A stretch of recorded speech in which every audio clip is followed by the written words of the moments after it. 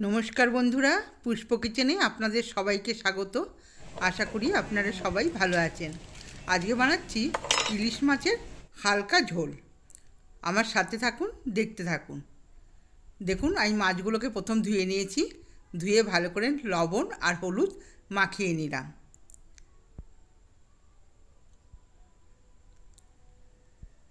লবণ আর হলুদ মাখিয়ে আমি রেখে দিলাম। এরপর কড়াইতে সর্ষের তেল দিয়ে দিলাম। একে একে মাছগুলোকে ছেড়ে দিলাম। মাছগুলো হালকা ভাজা করতে হবে, বেশি কড়া করে ভাজা করব না।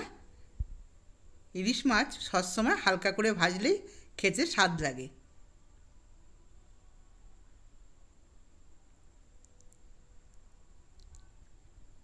সব মাছগুলোকেই কড়াইতে দিয়ে দিয়েছি।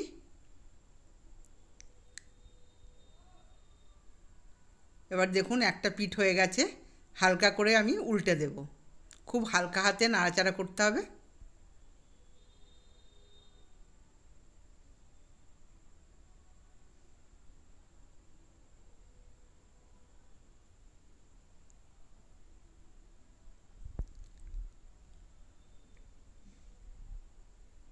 সবগুলো মাছ আমার উল্টানো হয়ে গেল। এরপর দেখুন, আমি তুলে নিচ্ছি।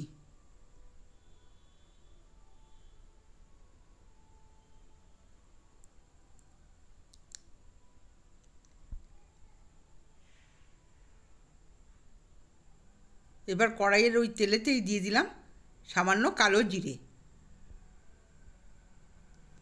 বেশি মশলা আমি ব্যবহার করব না, হালকা করেই ঝোলটা রান্না করব। এরপর ওই তেলেতে দিয়ে দিলাম আলুগুলো। লম্বা লম্বা করে কাটা আলু আমি ভালো করে ভেজে নেব।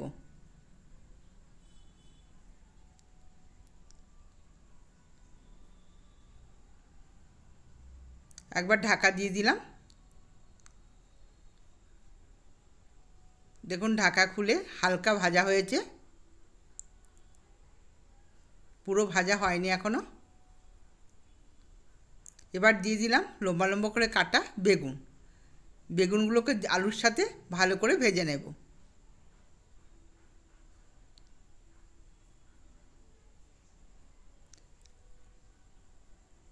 আলাদা করে আর বেগুনটা ভেজা নিইনি, একসাথেই দিয়ে দিলাম। এবার দিয়ে দিলাম চেরা কাঁচা লঙ্কা। ঝাল যে যতটা খাবেন সেরকম বুঝেই দেবেন। পরিমাণ মতো লবণ।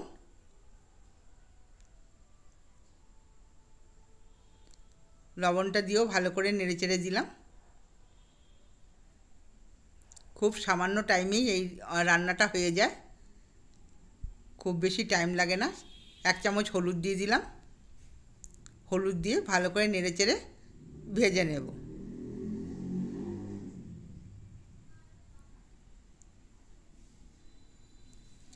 ঢাকা দিয়ে দিলাম। আলু বেগুন সব সেদ্ধ হয়ে যাবে।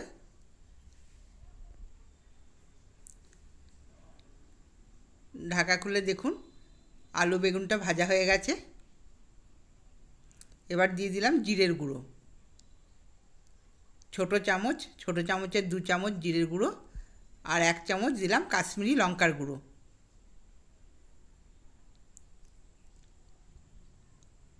ভালো করে নেড়ে দিলাম।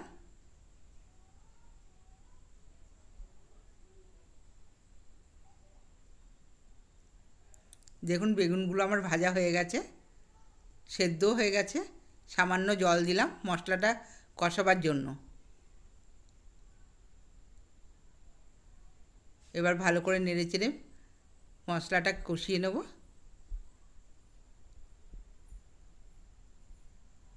আগে থেকে জল গরম করে রাখা ছিল, গরম জলটা দিয়ে দিলাম।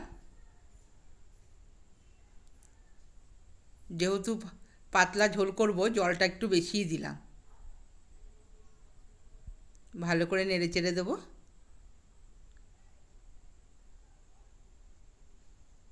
দিয়ে ঢাকা দিয়ে সেদ্ধ করে নেব। আলুটা যেটুকু সেদ্ধ হওয়া বাকি আছে সেটুকু সেদ্ধ হয়ে যাবে। ঝোলটা ফুটছে, আলুটাও দেখুন সেদ্ধ হয়ে গেছে।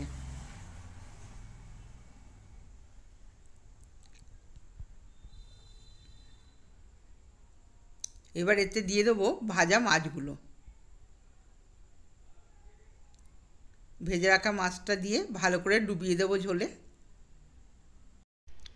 গ্যাসের স্টিমটাকে লোতে রেখে আমি ঝোলটাকে ফুটিয়ে নেব। 2-3 মিনিট ভালো করে ফুটিয়ে নেব। বন্ধুরা, আমার ভিডিওগুলো যদি ভালো লেগে থাকে সাবস্ক্রাইব করবেন, লাইক করবেন আর কমেন্টসে জানাবেন আপনাদের কেমন লাগলো। আজকের মতো ভিডিওটা আমি এখানেই শেষ করছি। ধন্যবাদ।